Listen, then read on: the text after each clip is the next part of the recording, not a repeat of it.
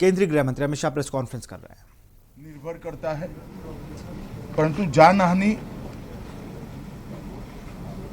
उसके प्रकोप के कंपेरेटिवली कम हुई। 16 तारीख को लगभग 2:30-3 बजे ही भारत सरकार की ओर से चेतावनी मिल गई। 24 घंटा पहले चेतावनी मिलने के कारण मुख्यमंत्री जी ने तुरंत ही चीफ सेक्रेटरी से बात करी। वो दौरे पर थे, वो भी लौट कर आए और सभी कलेक्टर, एसडीआरएफ, एनडीआरएफ, आईटीबीपी, सेना, वायुसेना सभी को अलर्ट भेजने के कारण बहुत सारा नुकसान रोका गया है। जितने भी मोबाइल यूजर थे उनको भी अलर्ट मोबाइल पर समय पर भेज दिया गया था, जिसके कारण अकारण आवाजाही कोई न करे। चार धाम के यात्रियों को भी जहां थे वहां सुरक्षित जगह में बारिश शुरू होने से पहले ही रोका गया। इसका ही परिणाम है कि अब तक चार धाम के यात्रियों में से किसी हताहत होने की समाचार नहीं आया है। यात्रा अब शुरू भी कर दी गई है।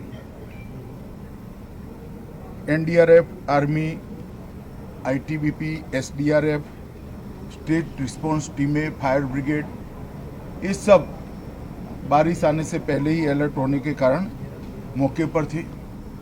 हेलीकॉप्टर भी बारिश आने के पहले ही अलर्ट कर दिए गए थे, यहाँ उपलब्ध भी थे। माननीय प्रधानमंत्री जी ने भी समय पर सेना और एनडीआरएफ के मोबिलाइजेशन में सूचनाएं हम सबको दी थी। सेंटर वाटर कमीशन और इरिगेशन डिपार्टमेंट का कोऑर्डिनेशन भी अच्छा रहा।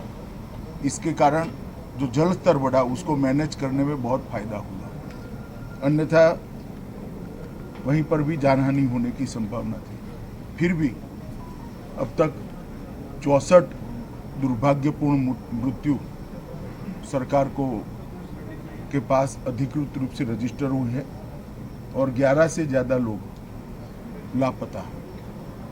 कुछ 2 ट्रैकिंग की टीमें भी लापता है। एक का लोकेशन मिल गया है जो हिमाचल यहाँ से जाते हैं।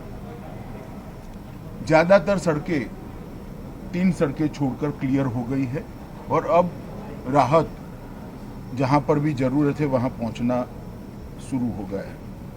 नैनीताल, हल्द्वानी और अल्मोड़ा की सड़कों को भी क्लियर करने का बहुत समय पर राज्य प्रशासन ने अच्छे से इसमें सफलता प्राप्त करी। एक जगह पर रेलवे ट्रैक को भी भारी नुकसान हुआ है, इसका रिपेयरिंग का कार्य भी शुरू हो गया है। बिजली की उपलब्धता लगभग 60% से ज़्यादा कर दी गई है, जिससे शुद्ध पीने का पानी अब लोगों को मिलने लगा है और स्वास्थ्य सुविधाएं भी इसके कारण प्रभावित नहीं है। जो पावर स्टेशन पूरे के पूरे डूब गए थे, डिस्ट्रीब्यूशन सेंटर डूब गए थे, उनको जो 48 घंटे का समय चाहिए पानी जाने के बाद का, वो समय समाप्त होने के बाद तुरंत ही उनको शुरू कर दिया जाएगा। राज्य सरकार ने रेस्क्यू ऑपरेशन बहुत अच्छे तरीके से चलाया और सफल रेस्क्यू ऑपरेशन चलाया। मुख्यमंत्री जी के नेतृत्व में पूरा राज्य का प्रशासन रेस्क्यू के लिए लगा और इसके कारण बहुत लोगों की जानों को बचाया गया है। टेलीफोन नेटवर्क आज सुबह के जो रिव्यू में आया है उसमें 80% जगह पे टेलीफोन नेटवर्क को रिस्टोर कर दिया गया है। जो 2-3 रोड अभी ब्लॉक है वो खुलते ही 24 घंटे में बाकी का टेलीफोन नेटवर्क भी हम कर देंगे। जहाँ तक सड़कों का सवाल है, जैसा मैंने कहा 3 या 4 जगह ऐसी है जहाँ पर पहाड़ को काटकर रास्ता बनाना पड़ेगा, क्योंकि पूरा रास्ता ही भूस्खलन के कारण बह गया है। उसको छोड़कर रोड कनेक्टिविटी ठीक मात्रा में चालू हो गई। 3500 से ज़्यादा लोगों को रेस्क्यू किया गया और 16,000 से ज़्यादा लोगों को प्रिकॉशनरी इवैक्यूएट किया गया है और इसके कारण कोई भी टूरिस्ट की कैजुअलिटी अब तक सामने नहीं आई। एनडीआरएफ की 17 टीमें, एसडीआरएफ की 7 टीमें, पीएसी की 15 कंपनी, फायर ब्रिगेड, पुलिस के 5000 से ज़्यादा जवान ये पूरी मुहिम में आज भी जुड़े हैं और लोगों की मदद करें।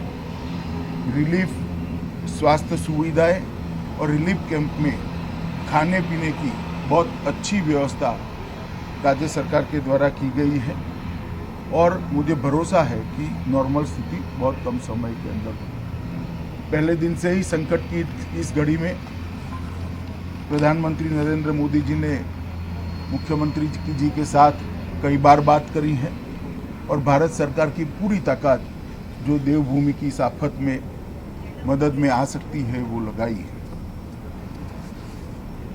यहाँ पर हमारे जॉइंट सेक्रेटरी गृह विभाग के आए हुए हैं, ये आज यहाँ रुकेंगे। एक रफ प्राथमिक अंदाज भी नुकसान का लेंगे और कुछ ही समय में 1-2 दिन में स्थिति नॉर्मल होते ही गृह विभाग की ओर से सर्वे की टीम भी आएगी और हम मदद भी करेंगे। मगर ऑलरेडी 250 करोड़ रुपया 1-1.5 महीने पहले ही, क्योंकि यहाँ पर आपदाएं आती रहती है, तो डिजास्टर मैनेजमेंट डिपार्टमेंट की ओर से 250 करोड़ रुपया कुछ महीने पहले ही यहाँ पर ऑलरेडी एडवांस में भेजा हुआ है। इससे काम चालू हो गया है। राज्य सरकार भी अपने खजाने से काम कर रही है। तो फिर यहाँ पर आप सुन रहे